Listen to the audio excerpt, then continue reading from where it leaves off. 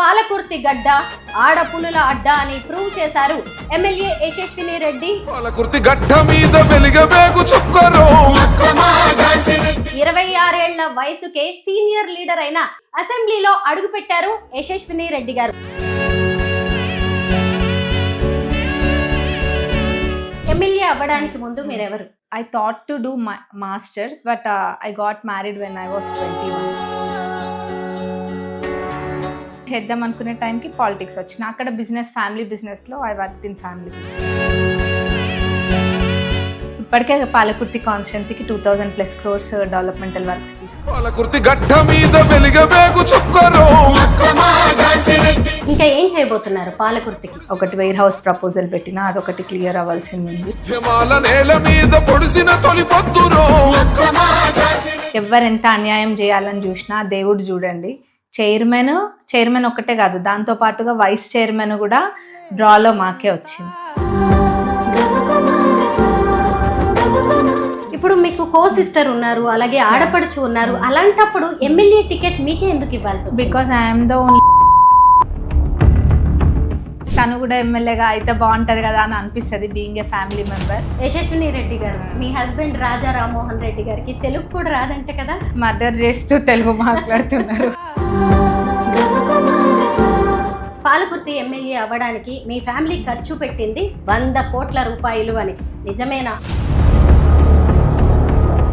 పేరుకే మీరు ఎమ్మెల్యే, కానీ నడిపిస్తున్నదంతా కూడా అత్తమ్మ ఝాన్సీ రెడ్డి గారు. ఆమె షాడో ఎమ్మెల్యే అని ఒక టాక్ వినిపిస్తోంది. అందరికీ నమస్కారం, నేను స్వరూప పొట్లపల్లి.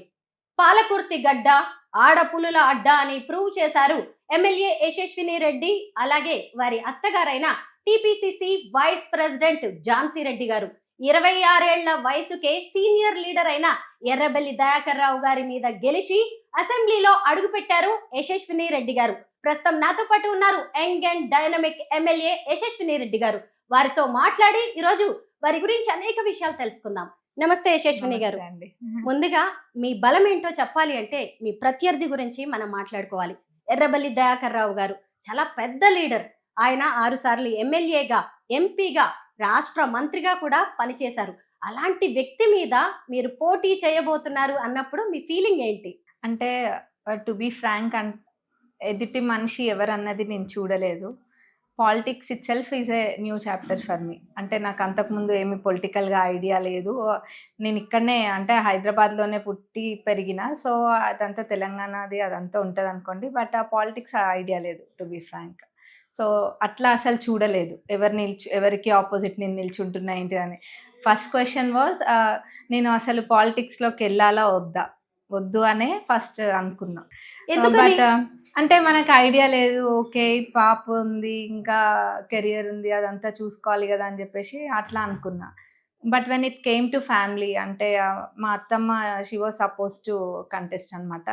సిటిజన్షిప్ ఇష్యూ వల్ల నేను వచ్చిన. I'm the only Indian citizen in family, but I never regret that coming in to politics. MLA అవ్వడానికి ముందు మీరెవరు? ఎమ్మెల్యే అవ్వడానికి ముందు I thought to do my masters, but I got married when I was 21. So దాన్ని ఇంకా family business అది చూసుకున్నా. Family business తర్వాత మాస్టర్స్ చేద్దామని అనుకున్నాను యూఎస్లో. మళ్ళీ కోవిడ్ వచ్చినుండే, తర్వాత పాప, మళ్ళీ నేను చేద్దాం అనుకునే టైంకి పాలిటిక్స్ వచ్చిన అక్కడ బిజినెస్ ఫ్యామిలీ బిజినెస్లో I work in family business. Yashaswini గారు చాలా షై పర్సన్. అసలు స్టేజ్ మీదకి వచ్చి మాట్లాడాలన్నా, మైక్ పట్టుకోవాలన్నా కానీ చాలా భయపడుతుండేవారు అని విన్నాం. అలాంటిది ఇప్పుడు పబ్లిక్ మీటింగ్స్లో స్పీచ్ అదరగొడుతున్నారు. ఏంటి తేడా? అంటే ఏం లేదండి, నాకు అసలు నేను చెప్పిన కదా పాలిటిక్స్కి రావడం అనేది I never thought about it. But ఇంకా రావాలి అన్నప్పుడు ఇనిషియల్గా నేను ఏం చేయడానికి వస్తున్నా అదంతా పక్కన పెడితే ఐ కేమ్ ఫర్ ఫ్యామిలీ. దాని తర్వాత ఫ్యామిలీ అనేది కాదు, I really enjoy serving people. అంటే ఇక్కడ చేసే అంటే ఒకళ్ళకి ఒక చిన్న పెన్షన్ పెట్టించిన, లేకపోతే ఇల్లు పెట్టించినా కానీ, లేకపోతే గవర్నమెంట్ స్కీమ్ ఒక్కటి చేయగలిగిన మన వల్ల ఒక మాట సహాయంతో వాళ్ళకి ఏదైనా పని అవుతుందంటే ఇంకా ఆ రోజు తినకపోయినా అంత ఆనందంగా అనిపిస్తుంది అనమాట. చిన్న పని అయినా కానీ దాంట్లో చాలా సాటిస్ఫాక్షన్ ఉంటుంది. What ever I have learn is from ground and from people. అంతే. ఎక్కడ నేర్చుకునే టైం కానీ తెలుసుకునే టైం కానీ నాకు లేకుండే. డైరెక్ట్ గ్రౌండ్లోకే వెళ్ళిన. యుఎస్ నుంచి వచ్చిన అంటే డైరెక్ట్ గ్రౌండ్లోకి వెళ్ళిన, ఏది ఉన్నా కానీ వాళ్ళ సమస్యలు విని మళ్ళీ దాన్ని ఎట్లా సాల్వ్ చేయాలని వాళ్ళు ఎలక్షన్స్ టైంలో నాకు చెప్పిన ఒక్కొక్కటి అన్ని కూడా నోట్ చేసుకుంటూ, నేను 1.5 year నుంచి కూడా ఎక్కడ ఇంటర్వ్యూ కూడా ఎక్కడ ఇవ్వట్లేను. ఎందుకంటే ఐ థాట్ ఓకే, నేను ఎంగేజ్లో ఎమ్మెల్యే అయినందుకు అప్పుడు వాళ్ళందరూ నా మీద నమ్మకం పెట్టి గెలిపించినారు, నేను ఏదైనా ఒకటి ప్రొడక్టివ్గా చేయాలి అని. ఇప్పటికే పాలకుర్తి కాన్స్టిట్యున్సీకి 2000+ crores డెవలప్మెంటల్ వర్క్స్ తీసుకొచ్చిన. ఇంకా ఏం చేయబోతున్నారు పాలకుర్తికి? పాలకుర్తిలో ఇంకా కొన్ని నేను చేయాల్సినవి ఉన్నాయి. అంటే దేవరూపల్లో అది ఒకటి వేర్ హౌస్ ప్రపోజల్ పెట్టినా, అదొకటి క్లియర్ అవ్వాల్సింది ఉంది, అయిపోతుంది అది. అండ్ అంటే అయిపోయినవి కాకుండా నెక్స్ట్ ఇంకేం చేయాలనుకున్నది చెప్తున్నా. అండ్ పాలకుర్తి వచ్చేసి మినీ స్టేడియం, అది కూడా ఫైల్ ముందుకు వెళ్ళింది, అది కూడా అవుతుంది. తొర్రూరు మండలంలో సబ్ రిజిస్టర్ ఆఫీస్ ఎప్పటి నుంచో అక్కడ ప్రజలందరూ కూడా కోరుకుంటున్నారు.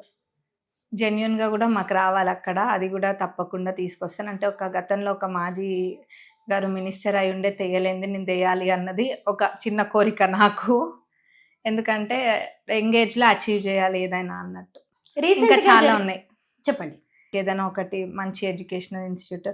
ఆల్రెడీ మనకు కొడకన్లకు ఇంటిగ్రేటెడ్ స్కూల్ వచ్చింది, అండ్ ఇప్పుడు పబ్లిక్ స్కూల్స్ అవి కూడా అంటున్నారు. అదే కాకుండా ఇంకేదైనా సెంట్రల్ నుంచి కూడా ట్రై చేసి ఒక అండర్ డెవలప్డ్ మండల్లో పెట్టాలన్నది కూడా ఒకటి నా కోరిక. శాసించడం, ప్రజలతో ఉండడం తప్ప మరొకటి తెలియని ఎర్రబెల్లి దయాకర్ రావు గారి వంటి ఒక పెద్ద సీనియర్ లీడర్ ఈ మధ్య జరిగిన మున్సిపల్ ఎన్నికల్లో కన్నీళ్లు పెట్టుకున్నారు.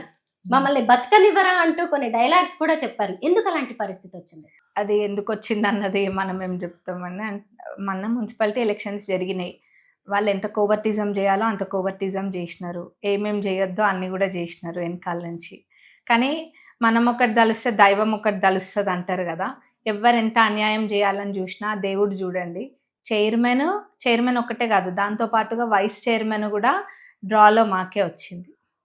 దానికి ఎవరేమైనా అనుకోనియండి, మాకు సంబంధం లేదు. దేవుడు కూడా చూస్తున్నాడు ఎటువైపు న్యాయం ఉందన్నది. మరి వాళ్ళకి 9 వచ్చి కూడా పోవడం అనేది ఇంకా ఎవరికైనా ఉంటుంది బాధ, ఇంకా వాళ్ళు అట్లా బాధపడి ఉండొచ్చు. అయితే లక్కీ డ్రాలో పేరు అనౌన్స్ చేసినప్పుడు మీరు కడియం కావ్య గారు నిజంగా చిన్న పిల్లలు అయిపోయారు, గెలిచారు. అయితే ఆవిడ ఓటుకు సంబంధించి కూడా కొంత కాంట్రవర్సీ నడిచింది, ఏం జరిగిందండి? అంత జెన్యున్ ఉందండి, జెన్యున్ లేనిది అదంతా కాదు కదా. అంటే ప్రొసీజర్ అదంతా కూడా జెన్యున్గా ఉన్నందుకే అదంతా జరిగినది. సరే, మేమిద్దరం ఎందుకంత ఎమోషనల్ ఇంకా హ్యాపీగా ఫీల్ అయినామంటే we know the struggle behind it. College student లా ఉన్నారు, సంతూర్ మామ్ ఎవరైనా చూడగానే అనేస్తారు కూడా ఈ మాట. అలాంటిది అసలు ఎర్రబెల్లి గారి లాంటి కొండను ఢీ కొట్టబోతున్నారు అన్నప్పుడు భయం అనిపించిందా? ఎవరైనా వెనక్కి లాగే ప్రయత్నం చేశారా? వెనక్కి లాగే ప్రయత్నాలు ఎన్నో జరిగినాయండి, కానీ దిగే అంత మట్టుకే ఆలోచించిన. దిగిన తర్వాత వెనక్కి పోవడం అనే థాటే లేదు. ఏదైనా కానీ I was ready to face. Yashaswini గారు, మీ ఫ్యామిలీ గురించి చెప్పండి. మా మదర్ ఇన్లానేమో యు ఆల్ నో, వేటా founder, TPCC vice president, and also she was the one suppose to be contest here. తను మీ అందరికీ తెలుసు, ఝాన్సీ రెడ్డి గారు. She is the reason why I'm into politics. తను వచ్చినారు, ఫస్ట్ ఇక్కడ వచ్చి గ్రౌండ్ వర్క్ అంతా చేసినారు, ఒక 3-4 months గ్రౌండ్ వర్క్ చేసిండ్రు బాగా. అంటే ఎవరు కూడా అప్పుడు ఇక్కడ నిల్చోవడానికి కూడా ఆలోచన చేయలేదు, మీ అందరికి కూడా తెలుసు. పాలకుర్తి కాన్స్టిట్యున్సీలో నిల్చోవాలన్న ఆలోచన కూడా చేసే వాళ్ళు ఎవరు లేకుండే. అంటే దయాకర్ రావు గారికి ఆపోజిట్ నిల్చోవాలా అన్నట్టుగా ఉన్న టైంలో షీ డేడ్. సో తను వచ్చి గ్రౌండ్ వర్క్ చేసి దాన్ని సిటిజన్షిప్ ఇష్యూ వల్ల రాలేకపోయినారు. అండ్ సర్వీసెస్ చేస్తున్నారు 30 years నుంచి తొర్రూరులో, ఇంకా వేరే కాన్స్టిట్యున్సీలలో కూడా చేసినారు. హాస్పిటల్, స్కూల్, ఇంకా డబుల్ బెడ్రూమ్లకి ల్యాండ్ డొనేట్ చేయడము, లైబ్రరీ, ఇట్లా వేరే స్కాలర్షిప్స్ అని చెప్పి అట్లా చాలా చేసినారు. And my father in law belongs to this constituency, Thorrur mandal, Cherlapalem village. He's doctor. Parents గురించి చెప్పండి. మా mother she runs boutique, my father is into real estate. ఇప్పుడు మీకు కో సిస్టర్ ఉన్నారు, అలాగే ఆడపడుచు ఉన్నారు, అలాంటప్పుడు ఎమ్మెల్యే టికెట్ మీకే ఎందుకు ఇవ్వాల్సి వచ్చింది? Because I'm the only Indian citizen in the family, entire family I'm the only Indian citizen. కొన్ని మంత్స్ అయితే నాకు కూడా వచ్చేసేది యుఎస్ సిటిజన్షిప్, బట్ నాకు ఇండియా అంటేనే ఇష్టం. నాకు అసలు మనసు అంత ఇక్కడనే, మనిషిని అక్కడైనా మనసు ఇక్కడనే, నాకు ఇండియా అంటేనే ఇష్టం.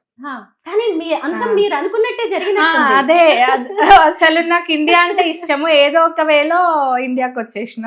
డెస్టినీ అంటే అంతే.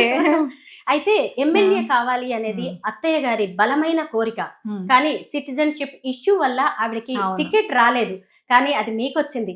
మీకు లక్కీ అనిపిస్తుందా? ఎప్పుడైనా ఏమనిపిస్తుంది? ఈ ఫీలింగ్స్ ఎలా ఉంటాయి? అత్తయ్య గారికి రావాల్సింది, ఆ పొజిషన్ లో నేను కూర్చున్నాను. ఇలా ఎంతైనా మనమందరం మనుషులం కదా. నాకు ఎప్పుడైనా కానీ అంటే I never get it in to my head. అంటే ఏదో నేను ఎమ్మెల్యే అయిపోయినా అది అనేది నాకు ఎప్పుడు తలకి ఎక్కలేదు. దేవుడి దయ వల్ల ఎక్కించుకోవద్దు కూడా అన్నదే నా కోరిక. ఏంటంటే ఎంజాయ్ సర్వింగ్ పీపుల్. ఇందాక చెప్పినట్టుగా ఇంకా కూడా ఏమైనా చేయాలి, డెవలప్మెంటల్ వర్క్స్ చేయాలి, వాళ్ళందరినీ కూడా ఆ క్యాడర్ని, అంత పార్టీ విషయానికి వచ్చేస్తే క్యాడర్ అందరినీ కూడా టుగెదర్ ఉంచాలి. డెవలప్మెంటల్ వర్క్స్ ఓకే, ఈ పలానా అమ్మాయి ఎమ్మెల్యే అయినందుకు ఇక్కడి పాలకుర్తి కాన్స్టిట్యున్సీలో డెవలప్మెంట్ ఏం ఆగిపోలేదు, ఇంకా ముందుకెళ్ళింది అన్నట్టుగా డెవలప్మెంట్ చేసి చూపించాలి ప్రజలకి అన్నది ఒక్కటే ఉంటుంది ఎప్పుడు కూడా. అండ్ అనిపిస్తుంది డెఫినెట్గా, ఎందుకంటే మా అత్తమ్మ వచ్చినారు, she thought of being MLA, ఉండాలి తను కూడా ఎమ్మెల్యేగా అయితే బాగుంటుంది కదా అని అనిపిస్తుంది being a family member. Because నేను వచ్చింది కూడా తను ఆ టఫ్ సిచ్యువేషన్లో ఉన్నందుకే. నేను యంగ్ ఏజ్, నా కూతురికి when I came in to politics దానికి జస్ట్ 3 years అంతే. అవన్నీ కూడా ఉంటాయి కదా. I just started my career, ఇంకా లైఫ్ అప్పుడప్పుడే స్టార్ట్ అవుతుంది. అన్నీ కూడా వదిలేసి మా అత్తమ్మ ఒక్కరు ఇక్కడ ఉన్నారు ఈ టఫ్ సిచ్యువేషన్లో అని నేను రావడానికి రీజన్ అదే అయినా కానీ ఇందులో అల్లుకపోయినా. ఎక్సలెంట్. ఒక విషయాన్ని నేను ఖచ్చితంగా అప్రిషియేట్ చేయాల్సిందే. ఎందుకంటే అత్తమ్మ కోరికని నెరవేర్చడానికి మీరు వచ్చారు. సాధారణంగా కూతుళ్ళో కొడుకులో వారసులుగా వస్తూ ఉంటారు, అలాంటిది చిన్న కోడలైనా మీరు వచ్చారు. నేను అదే అనుకున్నాను. అంటే ఏంటంటే ఇప్పుడు మనం అంత మంచిగా ఉన్నప్పుడు బాగానే ఉంటుంది. మన ఫ్యామిలీలో ఒక టఫ్ సిచ్యువేషన్ నుండి ఇప్పుడు ఆ టైంలో తను కనుక వెనక్కి వచ్చి ఉంటే అందరూ తిని కావాలని వచ్చింది, దయాకర్రావు గారికి ఓటిజం చేయడానికి వచ్చింది అని కూడా అనేవాళ్ళేమో. అంటే వచ్చి లాస్ట్ వరకు ఇక్కడ క్యాండిడేట్ లేకుండా చేసి వెళ్ళిపోయింది అని కూడా అనేటోళ్ళేమో. అట్లా కార్యకర్తలు అందరూ, లీడర్స్ అందరూ కూడా బయటకు వచ్చిండ్రంటే తనని చూసుకునే ధైర్యంగా బయటకు వచ్చిండ్రు. రేపు మా అత్తమ్మ కనుక ఆ రోజు వెనక్కి వెళ్ళిపోయి ఉంటే వాళ్ళంతా సఫర్ అయ్యేటోళ్ళు. దయాకర్రావు గారు వదిలి పెడితే వాళ్ళని సఫర్ అయ్యేటోళ్ళు. అంటే ఫ్యామిలీ మీదకి వస్తుంది ఇదంతా. మా అత్తమ్మ కూడా టఫ్ సిచ్యువేషన్లో ఉన్నారని మా ఇప్పుడు మదర్ ఆ సిచ్యువేషన్లో ఉన్నా మనము మనకి ఇష్టం లేని పనైనా చేస్తాం కదా, అదే అనుకున్నా. అయితే అందరూ మీ సక్సెస్ గురించి మాట్లాడుతున్నారు, అలాగే మీకు చప్పట్లు కొడుతున్నారు, ఇదే చూస్తున్నారు, కానీ మీ వెనక ఒక పెయిన్ కూడా ఉంటుంది. జస్ట్ 21 yearsకే మీకు పెళ్ళయింది, తర్వాత మీకంటూ ఒక కెరీర్ నిర్మించుకోవాలి అనుకున్నారు, పాప పుట్టింది, చక్కగా సెటిల్ అవ్వాల్సిన టైంలో మళ్ళీ బ్యాక్ టు ఇండియా. చాలా పెద్ద పెద్ద ఛాలెంజెస్ ని, టాస్క్ ని మీరు తీసుకోవాల్సి వచ్చింది as a mother, as a women. నేను మీ పెయిన్ అర్థం చేసుకోగలను. హస్బెండ్ ఎక్కడో అమెరికాలో ఉన్నారు, ఎప్పుడో ఒకసారి చుట్టపు చూపుగా మీ హస్బెండ్ దగ్గరికి వెళ్ళొస్తూ ఉంటారు, పాపను కూడా హ్యాండిల్ చేయాల్సిన పరిస్థితులు. ఎలా వీటన్నిటిని మీరు మేనేజ్ చేస్తున్నారు? మా హస్బెండ్ మొన్నటిదాకా ఇక్కడ ఉండే, జనవరిలో వెళ్ళినారు. Again he's gonna come back in April. And most of the time like half of the time ఇక్కడ ఉంటారు.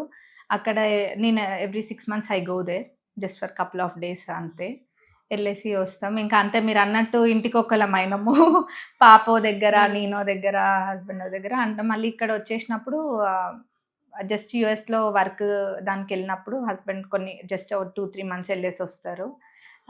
Other time we stay together. పాపనేమో మమ్మీ దగ్గర ఉంటుంది కంప్లీట్గా. ఎందుకంటే అత్తమ్మ నేను ఇద్దరం కూడా పాలిటిక్స్లో బిజీ ఉంటాం ఎప్పుడు. సో మమ్మీతోటి ఉంటుంది. దానికి నేను ఇంటికి చుట్టం చూపు చూసినట్టే అవుతుంది పాపకి. యశస్విని రెడ్డి గారు, మీ హస్బెండ్ రాజా రామ్మోహన్ రెడ్డి గారికి తెలుగు కూడా రాదంటే కదా? అవునండి, ఇప్పుడు కొంచెం మా తెలుగుని మదర్ చేస్తూ తెలుగు మాట్లాడుతున్నారు, కొంచెం మాట్లాడుతున్నారు. అమెరికాలో సెటిల్ అయిన ఫ్యామిలీలోకి మీరు కోడలుగా వెళ్తున్నప్పుడు మీ ఫీలింగ్స్ ఏంటి? అరేంజ్డ్ మ్యారేజే కదా? Arranged marriage. ఆయనలో మీకు నచ్చింది ఏంటి? ఈ ఫ్యామిలీ గురించి ఏం విన్నారు? ఎందుకు ఈ పెళ్లికి ఒప్పుకున్నారు? అంటే family interest was my interest at that time, అంతే. అంతే కదా, ఇంట్లో అరేంజ్ మ్యారేజ్ అన్నప్పుడు అదే ఉంటది కదా ఎక్కువ. తర్వాత ఏమనిపించింది ఆ ఫ్యామిలీలోకి వెళ్ళిన తర్వాత? అంటే నేను మింగిల్ అయితే అనుకున్న దానికన్నా చాలా బెటర్ గా కలిసిపోయింది. అయితే నేను ఒక మాట విన్నానండి, ఏంటంటే పాలకుర్తి ఎమ్మెల్యే అవ్వడానికి మీ ఫ్యామిలీ ఖర్చు పెట్టింది 100 కోట్ల రూపాయలు అని. నిజమేనా? అంటే అది సర్వీస్ కూడా కావచ్చు. అంటే అదంతా ఏం లేదండి, బట్ నేను చెప్పినట్టుగా 30 years నుంచి సర్వీసెస్ చేస్తూ ఉన్నారు. అండ్ ఇంకా కూడా ఆలోచన ఉంది సర్వీస్ చేయాలని. డెఫినెట్గా ఫర్దర్గా లెగసీని మేము కూడా నెక్స్ట్ జనరేషన్గా మేము కూడా కంటిన్యూ చేస్తాం సర్వీస్ చేసేదాన్ని. తొలిసారి అసెంబ్లీలో అడుగు పెట్టినప్పుడు అలాగే అసెంబ్లీలో ప్రసంగిస్తున్నప్పుడు మీ ఫీలింగ్స్ ఏంటి గుర్తున్నాయా? గుర్తున్నాయండి. ఫస్ట్ ఇక్కడ బిగ్గెస్ట్ థింగ్ ఏంటంటే మేనిఫెస్టోలో పాలకుర్తి చెన్నూరు రిజర్వాయర్ అని అది పెట్టినాం అనమాట. అది ప్రీవియస్ గవర్నమెంట్లో ఏదో బాదరాగా చాలా కాంపోనెంట్స్ మిస్ చేసేసి ఏదో తొందరపాట్ల 10 years బ్యాక్ 15 years నుంచి అది నడుస్తుంది. సో ఏదో 2018లోనే ఎప్పుడో అనుకుంటా అది వాళ్ళు బాదరగా చేసేసి 350 crores ఏదో ఎస్టిమేట్, చాలా కాంపోనెంట్స్, రోడ్స్, బ్లాస్టింగ్స్ ఇవన్నీ మిస్ చేసి వేసినారు. సో అది వర్క్ కాంట్రాక్టర్స్ చేయలేకపోతున్నారు, ఎందుకంటే చేస్తే వాళ్ళకి loss, they can do it. So మా మేనిఫెస్టోలో అది పెట్టినాము, ఆ పాలకుర్తి చెన్నూరు రిజర్వాయర్ అనేది నన్ను గెలిపిస్తే తప్పకుండా దానికి శాంక్షన్ తీసుకొని వస్తా, రీఎస్టిమేట్ చేపిస్తా అని. By God's grace and with government support, మన సీఎం గారు అయిన ఇరిగేషన్ మినిస్టర్ గారి సపోర్ట్ తోటి I was suppose to get the work done. Sanction అయింది 1000 crores. So my first speech was about that Palakurthi reservoir గురించి. పేరుకే మీరు ఎమ్మెల్యే, కానీ నడిపిస్తున్నదంతా కూడా అత్తమ్మ ఝాన్సీ రెడ్డి గారు, ఆమె షాడో ఎమ్మెల్యే అని ఒక టాక్ వినిపిస్తోంది, దానికి మీరు ఇచ్చే సమాధానం? అంటే షాడో ఎమ్మెల్యే అనేది ఏం లేదండి. ఇప్పుడు నార్మల్గా she came first. So public తోటైనా క్యాడర్ తోటైనా ఫస్ట్ అటాచ్మెంట్ ఎవరికి ఉంటుంది? తనకే ఉంటుంది, మా అత్తమ్మకే ఉంటుంది. సో ఇన్ దట్ వే తను ఇక్కడికి వచ్చినప్పుడు వస్తూ ఉంటారు, మాట్లాడుతూ ఉంటారు. నాది నాకే ఉంటుంది, మా అత్తమ్మది ఆ అత్తమ్మకే ఉంటుంది. సో ఇద్దరము ఎండ్ ఆఫ్ ద డే ఇద్దరము ఫ్యామిలీ కదా. తను ఆల్రెడీ ఫస్ట్ వచ్చి ఆ క్యాడర్ తోటి ఉన్న అటాచ్మెంట్ తోటి ఎవరైనా వస్తూ ఉంటారు, నథింగ్ రాంగ్ ఇన్ దట్. ఇంకొక ఇన్ఫర్మేషన్ కూడా ఉంది, రాబోయే ఎన్నికల్లో అత్తమ్మ కూడా ఎమ్మెల్యేగా కంటెస్ట్ చేయబోతున్నారు, మీ ఫ్యామిలీ నుంచి 2 ఎమ్మెల్యేలు రాబోతున్నారు అని, అలాంటిది ఏదైనా ఉందా? హోప్ సో, రావాలనే కోరుకుంటున్నాం, మా అత్తమ్మ కూడా ఎమ్మెల్యే కావాలనే కోరుకుంటున్నాం. రేవంత్ రెడ్డి గారితో అలాగే రాహుల్ గాంధీ గారి కుటుంబంతో మీ అనుబంధం? రేవంత్ అన్న ఎప్పుడు కూడా ఒక సపోర్ట్ సిస్టమ్, అండ్ ఏదున్నా కానీ డెఫినెట్గా ఒక రోల్ మోడల్ అని కూడా చెప్పుకోవాలి. ఇంకోటి మాది కూడా అక్కడనే, అన్న వాళ్ళ ఊరు పక్కనే మా ఊరు కూడా, డాడీ వాళ్ళది. ఇంకా రాహుల్ గాంధీ గారు అంటారా, మన కాంగ్రెస్ పార్టీకి పెద్ద, సో ఒక ఇన్స్పైరింగ్ లీడర్. మున్సిపల్ ఎన్నికల్లో మీ సత్తా చాటారు, కానీ గ్రామ పంచాయతీ ఎన్నికల్లో కనీసం సర్పంచులు కూడా ఎందుకు గెలిపించుకోలేకపోయారు యశస్విని గారు? సర్పంచ్ అనేది మొత్తం 6 మండలాలు ఉన్నాయి. 6 మండలాలలో 4 మండల్స్లో 80-85% మనకే వచ్చింది. ఒక 2 మండల్స్ కొంచెము అనుకున్న దానికన్నా కూడా తక్కువ వచ్చింది. అది కూడా ఎందుకంటే మనోళ్ళ దాని వల్ల వేరే వాళ్ళకి అడ్వాంటేజ్ అయింది అది, అంతేగాని ఏదో ఓటింగ్ చూస్తే ఏం డిఫరెన్స్ లేదు. ఝాన్సీ రెడ్డి గారు అమెరికాలో పెద్ద రియల్ ఎస్టేట్ బిజినెస్ చేస్తారు, 1000 కోట్ల ఆస్తులు ఉన్నాయి మీకు అంటున్నారు, నిజమేనా? వాళ్ళు 0 నుంచి స్టార్ట్ చేసినారు, మా అత్తమ్మ మామయ్య ఇద్దరు కూడా. మా అత్తమ్మ కూడా మొన్న ఇక్కడికి వచ్చేదాకా కూడా లేట్ నైట్ దాకా వర్క్ చేస్తుండే. అండ్ మామయ్య ఇప్పటికీ కూడా డాక్టర్ది చేస్తూనే ఉంటారు. He is 70 years old but still he works, cardiologist. వాళ్ళంతా కష్టపడి సంపాదించుకున్నారు. సో వేటా గురించి చెప్పండి, ఎందుకంటే ఫస్ట్ టైం ఇక్కడికి వచ్చిన తర్వాత మీరే విమెన్స్ డే వేడుకలు జరిపారు. గత 3 ఏళ్లుగా మాత్రమే పాలకుర్తిలో మహిళా దినోత్సవం జరుగుతుంది అనేది విన్నాం మేము. అసలు వేటా అంటే ఏంటి, దాని ద్వారా ఇక ఫ్యూచర్ లో ఏం చేయబోతున్నారు? వేటా అంటే ఇందాక నేను చెప్పిన విధంగా వేటా అనేది ఇంతకుముందు మా అత్తమ్మ వేరే ఆర్గనైజేషన్ లో చేసేవాళ్ళు. అయితే అందులో నుంచి వచ్చేసి వేటా అని సపరేట్ గా ఉమెన్ కి ఒక ఆర్గనైజేషన్ ఉండాలి. బికాస్ ఎక్కడైనా కానీ మెయిల్ డామినెన్స్ అనేది కనిపిస్తుంది, మహిళల పేరుకి పొజిషన్ పెట్టినా కానీ డామినేట్ చేస్తూ ఉంటారు అని చెప్పి ఆలోచనతోటి వేటా పెట్టాలన్న ఆలోచన అక్కడి నుంచి పుట్టింది. అది 2018లో డిసెంబర్లో మా మ్యారేజ్ అయింది. నేను 2019 ఆగస్ట్లో యూఎస్ వెళ్ళిన. 2018లో వేటా అనేది లాంచ్ చేసినారు అఫీషియల్గా. They launch it in 2019 September. అప్పుడే నేను వెళ్ళిన కొత్తలో అనమాట. సో సర్వీసెస్ అనేది I was also part of it, was not now. అయితే అప్పుడు ఏదైనా లీగల్ ఇష్యూస్కైనా అట్లా ఏమైనా హెల్ప్ కావాల్సిన మహిళలకి అట్లా అంతా హెల్ప్ చేస్తుండే, కౌన్సిలింగ్ అదంతా కూడా. మీరు ఎంత క్లీన్ ఇమేజ్ తో ఉన్నా, మీరు ఎంత కష్టపడుతున్నా, విమర్శలు ఆరోపణలు అనేవి రాజకీయాల్లో కామన్. మీ ప్రత్యర్థులకి ఏమైనా చెప్పాలనుకుంటున్నారా? నేను వాళ్ళకి ఏం చెప్పట్లేనండి, ఎందుకంటే వాళ్ళకి టైంపాస్ కాక విమర్శలు చేసుకుంటారు, అవన్నీ నేను పట్టించుకోను. మనం ఏదైనా తప్పు చేస్తే బాధపడాలి, లేకపోతే దాని గురించి ఆలోచించాలి. మనం ఏం చేయండి, ఎదుటోళ్ళు మనల్ని విమర్శిస్తున్నారు అంటే మనం ఏదో అచీవ్ చేస్తున్నప్పుడే వాళ్ళు విమర్శిస్తారు, ఏడుస్తారు అని నేను అనుకుంటా. అసలు అట్లాంటి ఫస్ట్ ఆఫ్ ఆల్ నేను నోటీస్ చేయను. తెలంగాణలో కాంగ్రెస్ పాలన ఎలా ఉంది? ఎక్సలెంట్ ఉంది. నెక్స్ట్ టైం కూడా మళ్ళీ రాబోతుంది, కాంగ్రెస్ రాబోతుంది. అంటే కొంత పేదలు కావచ్చు, లేదంటే రైతులు అసంతృప్తిగా ఉన్నారని మేము వింటూ అదంతా ఉన్నాము. ఏం లేదండి. ఇప్పుడు రుణమాఫీ కూడా చేసినారు. ఉం. చాలా పెద్ద ఫిగర్ రుణమాఫీ చేసినారు. ఒకలో ఇద్దరో రానోళ్ళదే కావాలని హైలైట్ చేస్తున్నారు కానీ రుణమాఫీ అనేది చాలా వేల కోట్ల రుణమాఫీ చేసినారు. అది ఏదైతే రైతులది ఇంకా ఉన్నాయో అవి కూడా ఫుల్ఫిల్ చేస్తారు. ఇప్పుడు అప్పుల రాష్ట్రంగా మన చేతికి అప్పచెప్పినారు కాంగ్రెస్ పార్టీకి. అయినా కానీ ఒక్కొక్కటి చేసుకుంటూ 3,500 ఇల్లు అనేది ఆల్రెడీ వచ్చేసినాయి. ఇంకా 3,500 ఇప్పుడు వస్తున్నాయి. ఆరోగ్యశ్రీని కూడా 5 lakhs నుంచి 10 lakhsకి పెంచినారు. సన్న బియ్యం ఇస్తున్నారు, రేషన్ కార్డులు ఇస్తున్నాము. ఇంకా మహిళలకు వడ్డీ లేని రుణాలు వస్తున్నాయి. మండల సమైక్యలకు బస్సులని, సోలార్ అని వస్తున్నాయి. 200 యూనిట్ల కరెంటు ప్రతి ఇంట్లో వెలుగుతుందంటే ఈరోజు అది ఇందిరమ్మ రాజ్యంలోనే సాధ్యము. మిగతావన్నీ కూడా ఒక్కొక్కటి చేసుకుంటూ వస్తారు. అట్లా వాళ్ళు చెప్పినవన్నీ చూస్తే మరి ఇంకా వాళ్ళ ఫెయిల్డ్ ప్రామిసెస్ తీయాలంటే పెద్ద చిట్టా ఉంటుంది. But we don't need to take it. మేము చేసేది మేము చేస్తాం. మా ప్రభుత్వంలో మా ముఖ్యమంత్రి గారైనా మంత్రులైనా ఒక సంకల్పంతో ఉన్నారు. ఏంటంటే పేదలకి మంచి చేయాలన్న ఉద్దేశంతో అనునిత్యం ప్రజల మధ్యలో ఉంటూ ప్రజలకి సహాయం చేస్తూ ఉండి, అంటే ఏం చేస్తే ఇంకా మనం ఇంకా బెటర్గా చేయగలుగుతామని ఎప్పటికప్పుడు మా ముఖ్యమంత్రి గారు కూడా రెస్ట్ లేకుండా మీరు చూస్తూ ఉంటారు కదా. ఇక్కడ అసలు ముఖ్యమంత్రి గారు ఎప్పుడు రెస్ట్ తీసుకుంటున్నారో అర్థం కాదు. ఎప్పుడు ప్రజల కోసమే ఆలోచన చేసుకుంటూ చేస్తున్నారు. ఫామ్ హౌస్ పాలన కాదు, ప్రజాపాలన. మహబూబ్ నగర్ ఆడబిడ్డ అయ్యుండి ఇప్పుడు పాలకుర్తికి వచ్చి కోడలిగా మీ సత్తా చాటుతున్నారు, ఎలా అనిపిస్తుంది? బాగుందండి. పాలకుర్తి కోడలని అన్నారు కదా, పాలకుర్తి కోడలని అయినా కానీ వాళ్ళు ఒక బిడ్డలాగా ఆదరించినారు. తప్పకుండా వాళ్ళ రుణం తీర్చుకుంటారు. అయితే ఉమ్మడి వరంగల్ జిల్లా మొత్తం ఆడబిడ్డల మయంగా మారిపోయింది. ఇద్దరు మంత్రులు, సురేఖ గారు కావచ్చు, సీతక్క గారు, ఇక్కడ చూసినప్పుడు ఎమ్మెల్యేగా మీరున్నారు, ఎంపీగా కడియం కావ్య గారు ఉన్నారు. కాంగ్రెసే మొత్తం ఎక్కడ చూసినా. ఎలా సాధ్యమైంది ఇదంతా? ఉరుగల్ అంటేనే తెలుసు కదా, రాణి రుద్రమ్మదేవి గారు పరిపాలించిన రాజ్యం కాబట్టి అంతా కూడా మహిళా శక్తి ఎక్కువ ఉంది ఇక్కడ. మా ఎంఆర్ ఎంపీడీఓ గారు, మళ్ళీ మా మార్కెట్ చైర్మన్ కూడా మహిళలే.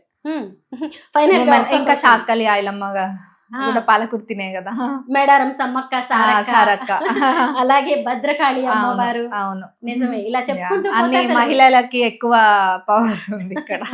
ఫైనల్ గా ఒక్క క్వశ్చన్ యశస్విని గారు, ఎమ్మెల్యేగా జస్ట్ ఇప్పటి వరకు 2.5 years కంప్లీట్ అయిపోయింది కదా, మీకు మీరు ఎన్ని మార్క్స్ ఇచ్చుకుంటారు? అది నేను చెప్పొద్దండి, ప్రజలు ఇవ్వాలి. ప్రజలే చెప్పాలి. అసలు నేను అట్లా ఆలోచన కూడా చేయద్దు. పని చేసుకుంటూ వెళ్ళడం నా బాధ్యత. నేను పని చేసుకుంటూ వెళ్తే ఏదున్నా ప్రజలే దానికి తీర్పు ఇవ్వాలి. చాలా సాటిస్ఫాక్షన్ తో ఉన్నారా ఇప్పటి వరకు? అయితే చాలా, అంటే 100% కాకపోయినా నేను అనుకున్న వాటిలో చాలా మటుకు అచీవ్ చేయగలిగిన అన్న సాటిస్ఫాక్షన్ అయితే నాలో ఉంది. ప్రజలకు చేసే ఇంత గొప్ప జీవితాన్ని దేవుడు ఇచ్చారు అని ఎప్పటికప్పుడు అనుకుంటూ ఉంటారా? I'm blessed and also thankful. Thank you so much అండి. మీరు చాలా బిజీగా ఉన్నారు, అయినా సరే మా కోసం ఇంత బ్యూటిఫుల్ ఇంటర్వ్యూ ఇచ్చినందుకు వన్స్ అగైన్ థ్యాంక్ యూ.